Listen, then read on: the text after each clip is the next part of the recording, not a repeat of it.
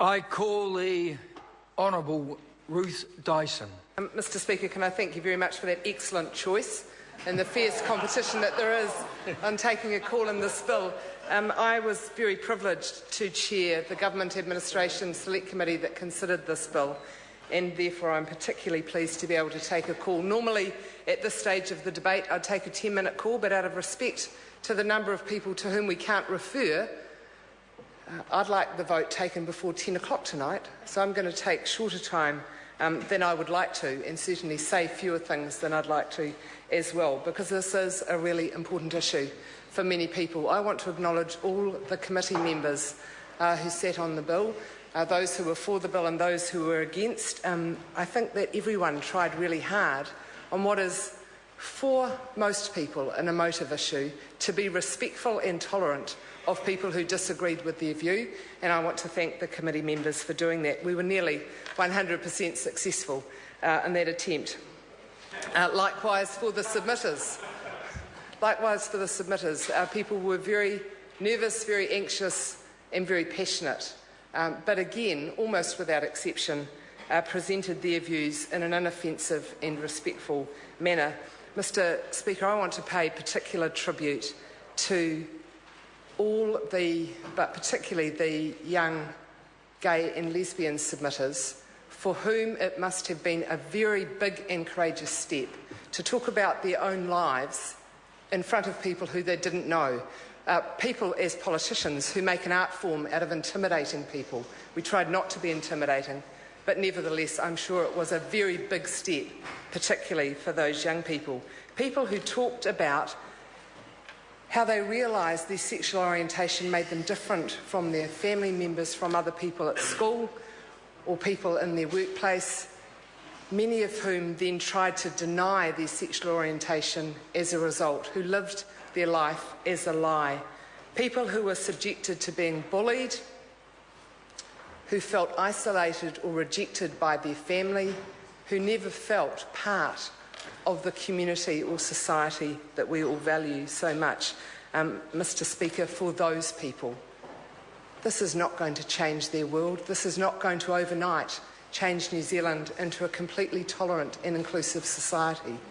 But it will be a lawful recognition of the value of their loving relationships. And for that reason alone, I'd support the bill. It is a step forward in recognising the value of love in our law, regardless of the sexual orientation of the people who love. I want to just briefly talk about a frustration I have, Mr Speaker. They say a frustration shared is a frustration that more people are frustrated about, so let me do that. Let me do that tonight. The changes that we've made to Section 29 that my colleague Louisa Wall has referred to are specifically designed to ensure that religious freedoms are not trampled on by the Marriage Act, including this amendment that I hope we progress tonight. We accept that religious freedom should continue in New Zealand. We received advice, we debated about it, we thought about it, we took the best advice possible, and I would be prepared to be a witness for a reformist minister in the court to say that he has the right to deny a same-sex couple to solemnise their wedding, should any same-sex couple want to ask a reformist minister to solemnise their wedding.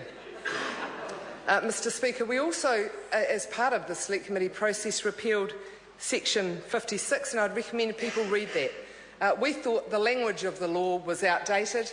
We don't propose, though, that this be an opportunity for people to denigrate other people's relationships. We just thought that this was an old-fashioned bit of legislation. Mr Speaker, the other bit of misinformation that I deeply resent and regret being put about by some opponents, and I say some because I know that many opponents have debated this issue on facts, and that is that we have taken out any reference to husband and wife or gender-specific terms in the law. Mr Speaker, our specific direction to the officials was to not do that. I frankly think it won't impact on many people I won't stop calling my husband, actually, regardless of what the law says. But we specifically said we wanted the law to recognise what people practised and wanted to do in our country, and the only references we have changed is when they were totally incomprehensible if we left the language as it was. So people who say we have gender-neutered the language are misinforming people, and they should be told to read the report from the committee and read the amendment. Mr. Speaker, I am a very, very happily married heterosexual woman. I fail to see how enabling any other person in our country the opportunity to share in the joy and responsibility of marriage, I fail to see how that could harm anyone, but I am very able to see how much that could benefit the strength of our families and our communities. I am delighted with this legislation. I'm very proud of the way the Select Committee worked on it. I know there were many submitters who didn't have the opportunity to be heard. We read their submissions, we value their input. Those who were heard had a powerful impact on us. Mr. Speaker, I think it has been a very good process and one that I'm very pleased to support. I call the honourable member Chris Okenvold. Thank you, Mr. Speaker. In the first reading of this bill, I voted that it be sent to Select Committee